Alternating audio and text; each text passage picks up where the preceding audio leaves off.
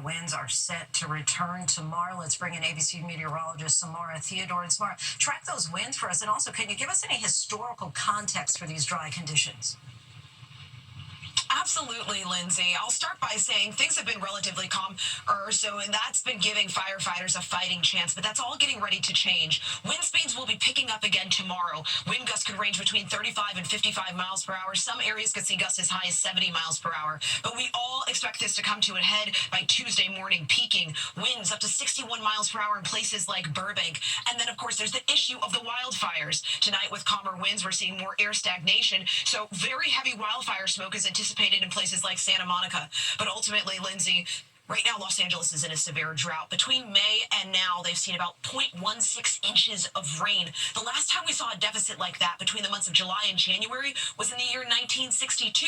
The difference is now temperatures have been 4 degrees warmer. That means hotter air is leading to the grounds drying out faster, and in a changing climate, we could just expect more of that.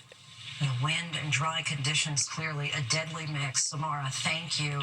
Now to politics and confirmation hearings for some of President-elect Trump's cabinet picks. The FBI briefing committee members on Secretary of Defense nominee Pete Hegseth. The former Fox News host is one of Trump's most controversial selections, and his hearing on Tuesday could prove explosive. ABC's Mary Alice Parks reports from Capitol Hill tonight. Tonight, several of President-elect Donald Trump's nominees gearing up for a public grilling. 14 Senate confirmation hearings scheduled for this week. One of the first, former Fox News anchor Pete Hegseth, nominated to be the Secretary of Defense, in the hot seat Tuesday. Hegseth has faced allegations of sexual and financial misconduct as well as alcohol abuse. He will also face tough questions about his policy positions. He has in the past been highly critical of the Pentagon's efforts to diversify. Because I'm straight up just saying we should not have women in combat roles. Hegseth denies all allegations and has never been charged. And now he says he supports women serving today. Republicans have 53 seats in the Senate, meaning nominees do not need Democratic votes, but they also cannot afford to lose more than 2 Republicans. One big question mark, Republican Senator Joni Ernst, a former lieutenant colonel in the Army Reserves who did multiple combat tours and has been hesitant about Hegseth's nomination. ABC News learning that Hegseth sat for an interview with the FBI as investigators interviewed multiple people from his personal life as a part of a background check. Tonight, top senators on the committee briefed on the results of that investigation. And after weeks of meetings across Capitol Hill, Tulsi Gabbard, tapped to be Trump's director of national intelligence, gaining ground over the weekend after a major reversal, now in support of an overseas surveillance program she once opposed, saying it needed reform. Mary Alice reports now from Capitol Hill. And Mary Alice, Vice President-elect J.D. Vance is seeming to couch Trump's vow to pardon January 6 rioters on the first day in office at this point. Yeah, Vance said today that if someone committed violence on that day, they obviously should not be pardoned. But just last week, Trump was asked specifically about people who attacked police officers, and he did not answer directly. He talked about his plans to grant major pardons. Of course, we know more than 140 officers were seriously injured that day.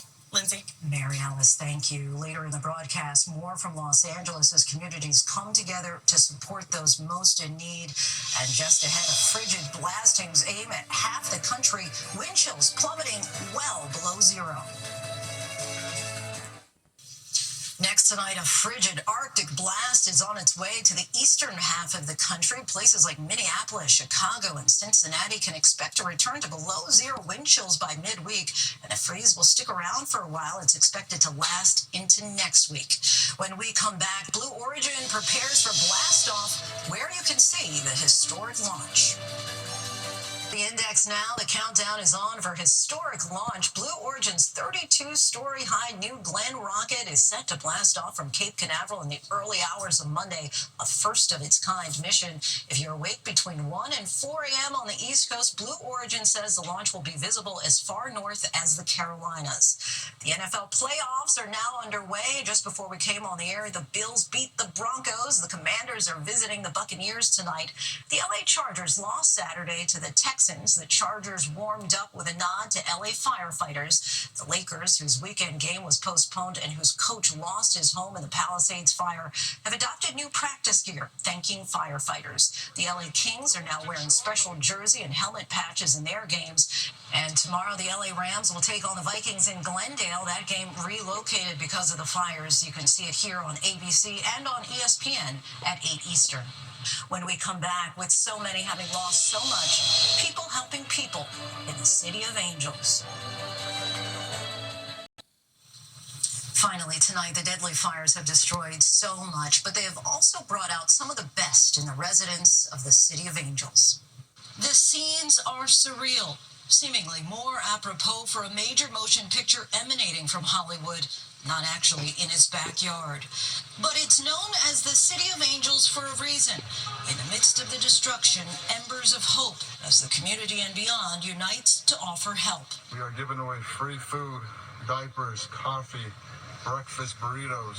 This food vendor's TikTok post went viral after starting small at a Rose Bowl parking lot. We've outgrown this area. So they moved here to the Santa Anita racetrack. Clothes, water, and food as far as the eye can see. Necessities for those who've lost it all. When it's time to come together, we get real and we get it done. Yeah, the loss of our house, of everything hurts. And just knowing that everyone is here for us, we're not alone. Scenes like these now abound across the LA landscape. Neighbor helping neighbor, stranger assisting stranger. Here, Dr. Annie Harveless set up her animal hospital to take in dozens of pets, many of evacuees. We had someone come who had 10 cats. Her hope is that the knowledge that their animals are cared for will help lessen their trauma. I could see the shoulders drop, the stress level drop as soon as we got their animals set up. Luzanne Ati and Caitlin Kuchma saw this post on the Nextdoor app of an out-of-town homeowner desperate to save her two dogs who were home alone. It broke my heart. Of course, you put yourself in that same position. Most objects are replaceable, but your dog. Both of them so grateful that they could help a neighbor they've never even met. Jenna Cooper cleaned out half of her home goods store to make room for clothing donations. We have donations coming in of new clothes, suitcases, essentials, and we were trying to get them directly into the hands of the people who need them. Jenna says the idea started small and then grew, with some surprising donors joining in. I started with a 5-person text thread, and then 2 hours later, somehow Sharon Stone got a hold of it. All through the city, those in need of being enveloped in a collective hug. And this small but important act of kindness. Victoria DeSantis abandoned her home so quickly she left her wedding ring behind. When she returned to her home, a bright spot in the midst of a dark week, these firefighters managed to find her precious wedding band in the rubble. It's the little things. If you want to help, scan the QR code below. Thanks so much for watching. I'm Lindsay Davis. Good night.